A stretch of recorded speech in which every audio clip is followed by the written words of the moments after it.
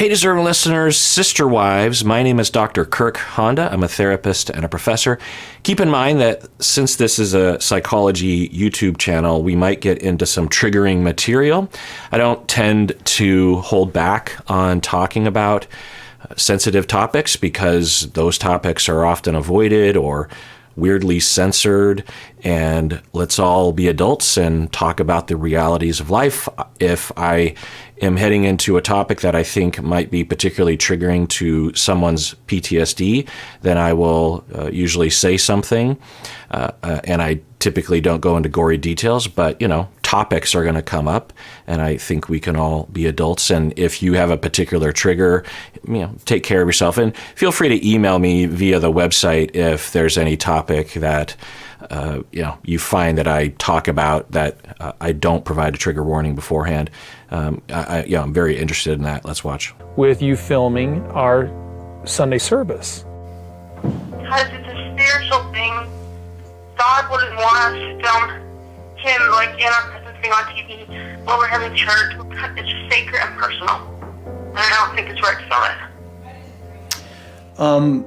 I'm glad you are willing to express God's opinion, but I disagree with you. Okay, so they are trying to create a new religious, I don't know if it's a congregation or experience in Vegas, and they're about to do it for the first time. And McKelty, who is the child of Christine, is saying that she doesn't want to go because she knows the cameras are going to be there. And then she says, and then Cody is talking with her on the phone, and he puts her on speaker because he knows that plays better to the cameras, which is interesting, or he was told to put her on speaker. And I'm guessing that McKelty doesn't even know that she's being recorded right now. It's just a guess, but at the very least, I'm glad that McKelty feels emboldened and empowered enough to state this. I don't know if she's going to win. The right answer here is, okay, well, then you don't have to come. You have, wow. So the question about having children on reality TV shows has to do with consent, does it not? And consent is not something that you sign over and forever are you doomed to that contract. I'm quite sure that consent is revocable at any point. Not after you've been recorded. Like, you can't years later say, I rescind my consent. You have to edit me out of the show. But you certainly have consent, and certainly the parent. I mean, I'm talking about legally, but morally, the parents, because I'm sure that that's how it went down. Cody, in all likelihood, sat down with the whole family in the way that they do, and said, we're going to go on a reality TV show. How do you feel about it? Okay, sign this thing. And then everyone had to sign it. And then McKelty right now is essentially saying, I am not consenting, not to the whole show, but to this. And instead of respecting that, the dad is saying, because the other thing that I don't know is that I'm pretty sure, it's a strong speculation that Cody wants to have this show and wants to create it, and the producers maybe as well. It's hard to know for them. It's probably profit motive for the producers, but at the very least for Cody, because he wants the world to see that their lifestyle and their religion is good, maybe even attractive. That's what a lot of religious people do. They will try to recruit. And if they are in a cult, then it's even a higher mandate, right? Potentially. Cody can certainly have that point of view, but to rope your children into it, right? So for Cody, he could be thinking, well, I need this to be a unanimous positive experience for this family so that we can show the world that this is all wonderful and great so that people will think that we're great, so that they will come to us or give us money or stop attacking us or let us be or whatever. I don't know. I can't know that. But at the very least, knowing all that I know, and because during the Duggar deep dive, I did a mini deep dive on this topic. You can listen to those episodes.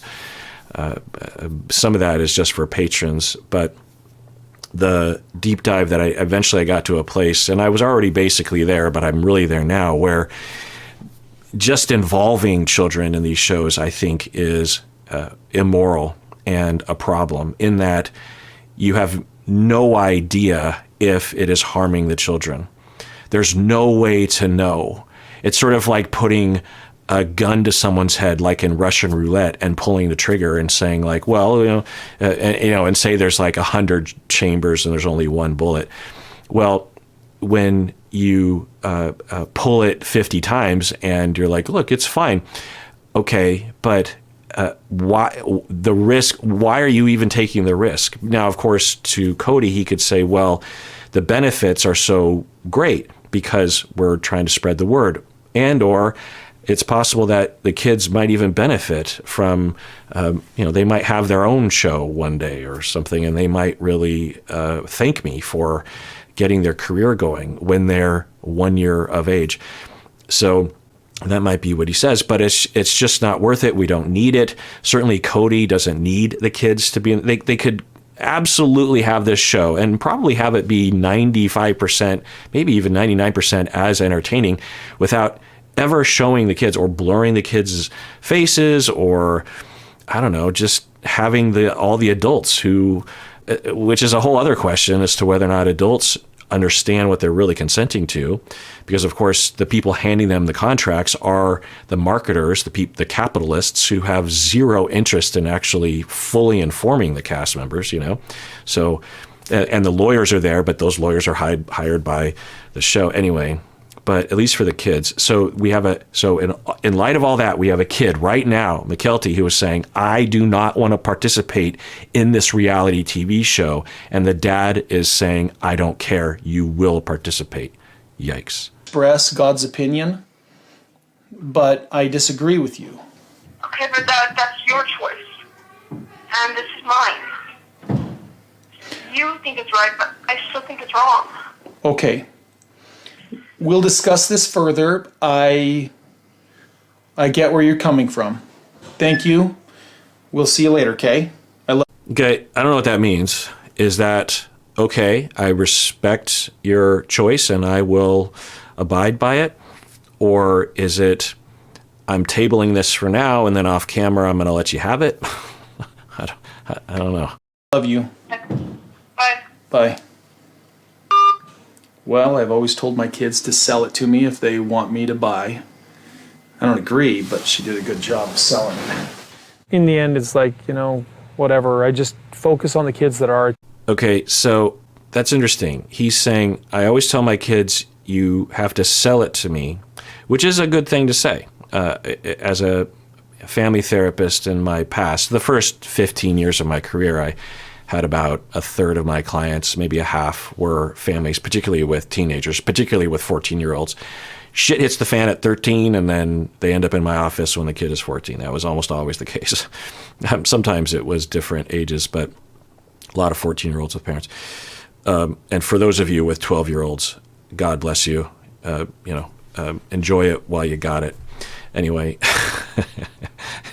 and for those of you with 19-year-olds, you're over the hump in all likelihood, or even 17, sometimes 16, you're over the hump. Anyway, so for him to say that, that's great. And I would say that to kids as well, both in the presence of their parents and not. I would tell the kids that, hey, if you have a want or a preference, you're absolutely entitled to it, but it's not going to go over well if you just bark at your parents or authority figures that's what you want. Try to come up with some reasons, and that will be more persuasive. And it can be as simple as, this means a lot to me. you could say something like that, because otherwise the way it looks is that you're just being a jerk. Well, that's not what I would say. I would say it looks like you're just you're just being demanding for no reason, right? And this applies to all of us in all for adults as well. When we're in a relationship with our spouse, a big thing that I realized in couple therapy was this concept of making a request. I noticed over time that a lot of the couples in my office would be making a request to the other person, but they wouldn't be phrasing it that way. It would be a very passive way of talking about it. Like criticisms of your spouse are almost always a veiled request. The request is more vulnerable because then someone can say, no, I don't want to do that for you. Whereas a criticism is easy. You'd be like, you're a jerk face. The request is, please don't be a jerk face. Or please don't do this because it hurts my feelings. And then I start thinking you're a jerk face, right?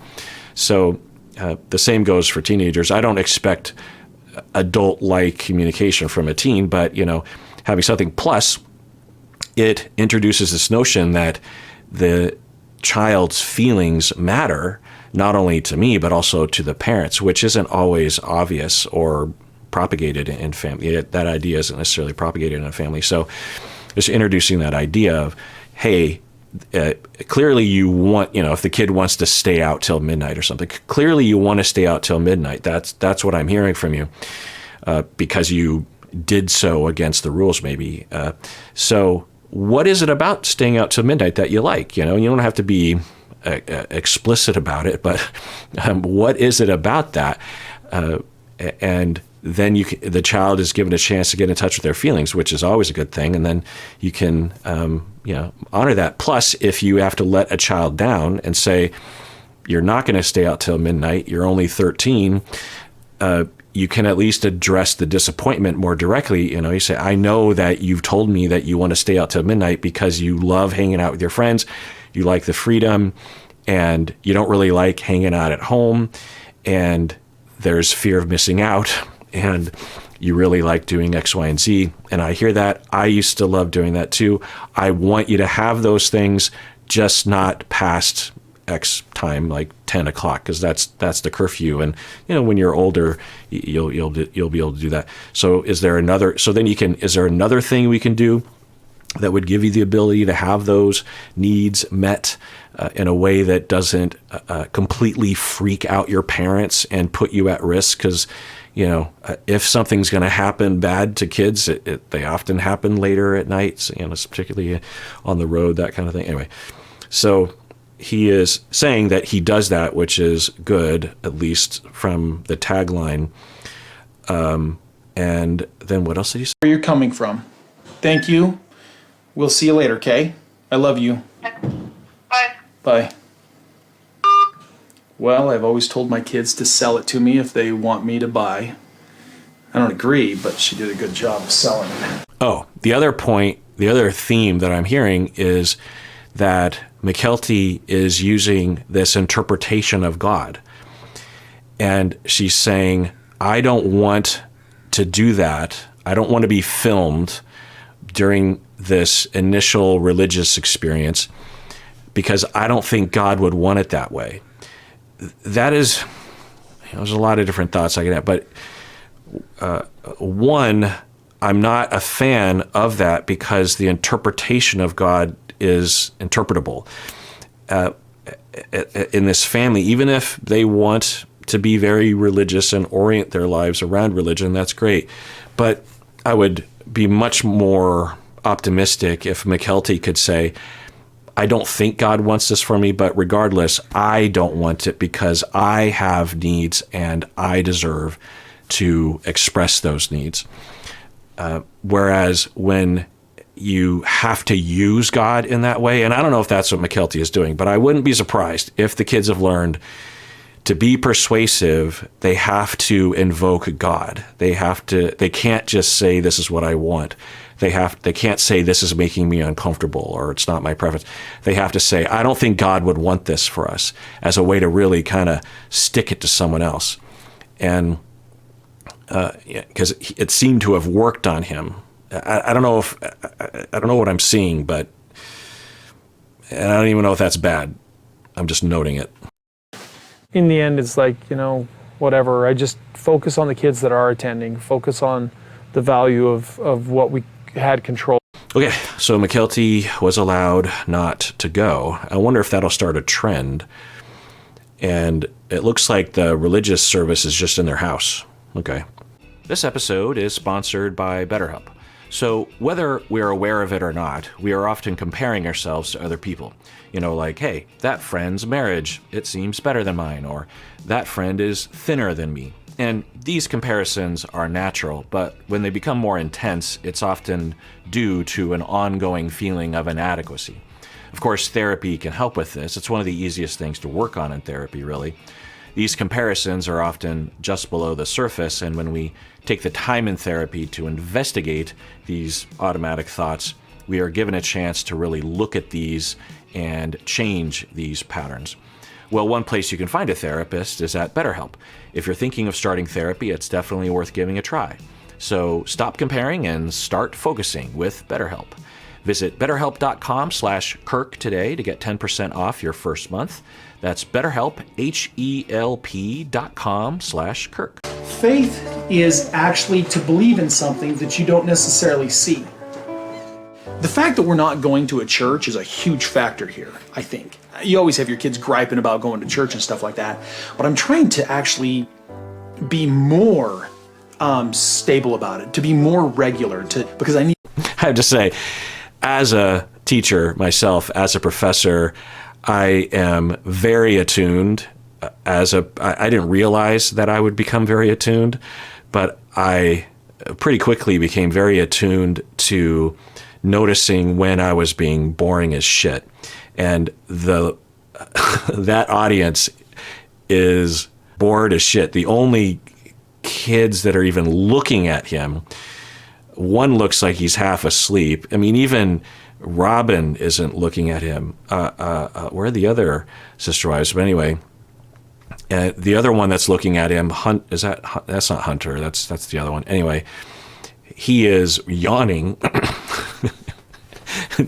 You just see, and even before this began, I would have told him that this is not age appropriate. You can't sit kids down and lecture to them about abstract ideas like faith. Make an activity out of it. And I teach adults in my graduate school. A lot of people might assume that graduate students are just out of their bachelor's degree, early 20s, mid 20s. At my university at Antioch, particularly in the past, this is a second career, typically. I mean, certainly we would have 22-year-olds. Sometimes we get 20-year-olds who went through Running Start, and so they graduated with their bachelor's at the age of 20. That was pretty rare, but I've had some notable students who were like that. But the vast majority of students are 30s, 40s, 50s, in that range.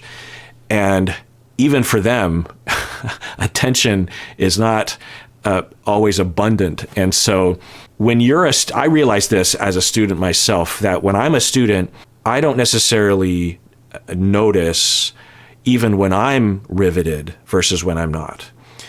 There are times when I'm riveted, I'm really just locked in, eye contact with the professor.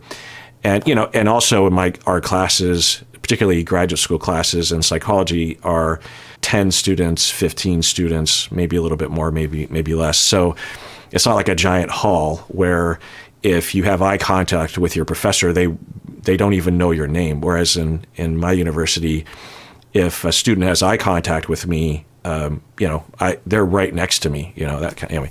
So I'll notice that they have eye contact with me. Anyway, but when you're a professor, if you're a teacher, you know this as well, or a presenter, you know that you very quickly, especially if you're good at looking around the room and with eye contact, you realize, right now I must be really interesting because all of them are just locked in on my eyes, and they're just like, all of them.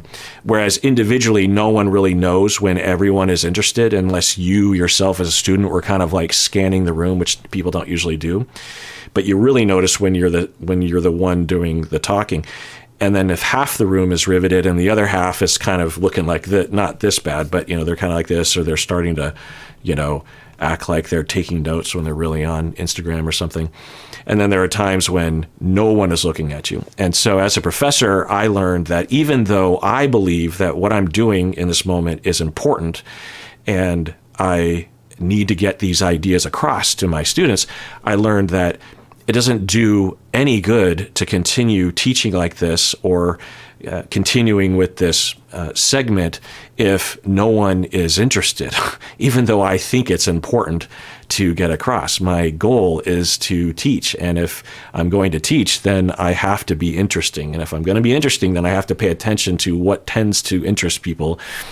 And I learned over time that there are certain things that work and there are certain things that don't. And I've never taught this age group, but I would imagine that you have to have very short things, maybe zero lecture, all activity, maybe just like activity, get up and moving, maybe a worksheet or something, and then maybe like 30 seconds of lecture, and then boom, you're on to the next activity. This sort of lecture hall style is not great. And now we feel like he's made a decision that will eternally affect him forever. But We feel- those are his decisions and his choices I that he know, made. but it still hurts us. We still love Cody. If we care about him, So we we're want- going to care about him eternally. And we personally feel like he's got an issue come Judgment Day. But it's his issue. It's not our issue. Well, know, I but feel we- bad. When you just love somebody, you All right, so I've been watching for a while, and they are going back to Cody's, like a reunion thing, and one of the friends has been saying, the guy in the middle, that as a Mormon himself, him and other Mormons are particularly against polygamous families because they don't want to be associated with polygamy. I don't know if I just surmised that or guessed at that, but I'm hearing that actually from at least one Mormon. And he is also saying, hey, if we care about him, we would try to dissuade him from living this way because it will land him in hell. I think that's what the guy is saying. Which is, that's what's religion for you, or at least a lot of religions. If you do something against God, then you're going to hell. So, depending on what it is, depending on their religion. But so they're saying that the two guys are saying, look, if we really care about him, which we do, then we should be actually trying to save him from eternal damnation. still want to, It's not like, if he goes to hell, so be it. It's not my problem. This is the big issue for Ken, is the fact that I joined a different faith, and it's tough for him, and out of his own empathy for the salvation of my soul, so to speak, it's hard for him to accept. Yeah, it's just, you could have this kind of conversation between a variety of different religious groups, different religious sects, and if you are friends in particular or family members, then you're going to have these kinds of conversations. There are people that believe that there is one way into heaven and every other way is into hell, if they believe in hell, and hell is not just the way that it's depicted in movies. It's eternal pain and agony and damnation for all of eternity, not just for a time, but for billions, trillions, quadrillions, forever and ever and ever, eternal, and no way to redeem yourself. Once you're in, you're in. There's no coming out. And if you were if you have any shred of altruism or compassion or love or like for particularly people in your life, but really everyone, then you're, you try to save them from that, right? If someone's standing on railroad tracks and they don't hear the train coming, you're going to yell at them, say, hey, get off the train tracks. So, whether it's this conversation or any other, it's that, and it's what do I say about it? What do I say about it? It makes sense to me what that guy is saying, what Ken is saying, given how he thinks. And a lot of people think like that, depending on which camp you're in. And if you're outside of that camp, it can look stupid. And if you're within that camp, then it can look absolutely logical and objective. I want to be clear, there's a lot of religious people, Mormons included, who will not adhere that closely to that idea. And also, I think in the Mormon religion, once people go to their version of the afterlife, which I'm not even joking, it was told to me by a Mormon recently, and I think I've learned this before, that men get their own planet or something like that. Anyway, so whatever, but really every version of the afterlife can sound just as interesting, I suppose, to outsiders. But from what I was told, don't quote me on this, that for Mormons, they believe that they can actually save people from hell once they're in the afterlife or something like that, even though that individual didn't choose that life for themselves or something like that. So you can vicariously, or you can vouch for some, or I don't know. It's just Mormonism, or maybe I'm off base there. But the point is that they're having that conversation, and that's what they believe in. And it doesn't really relate to psychology, really. Although if they were raised in a different community with a different religion, then they would believe different things. So they believe the things that they believe, and as we all do, me included. When we were in high school, we kind of thought that he was gay. Flamboyantly gay. He just had a very feminine side to him. He wore really tight pants. And he always had this thing with his hair, like he would flip it around all the Okay, so I don't know what connotation that she and others had in high school as they thought he was flamboyantly gay. On one hand, on the positive side, if I give them some charity, then they're just like, hey, I think you might be gay, but, whatever, people can be what they want to be. Or was it this other version of, because he's not playing the role of the toxic male, he must be a girl, he must be gay because he's interested in his hair and he wrestles. They had scenes of wrestling at the very beginning. I wrestled. Arguably, that was my best sport. I didn't like it because it was so stressful, but it is so hard. I played all the sports. By far, I respect wrestling and wrestlers more than any other sport that I played anyway. And to this day, the most grueling sports moment of my life was actually in a wrestling match. The mental depths that I had to go to pull this match off. It was a championship match, and I was up against a guy that was very good, and I managed to prevail. And it was if you just watch wrestling, and I have seen this match because my dad filmed it, and from the outside it just looks like two guys wrestling, but anyway, this notion that being a wrestler is being gay, and if it was, who cares? That's pretty gross, because it's just stereotyping. It's like looking at a woman playing softball. It's she must be gay, or it depends on the context.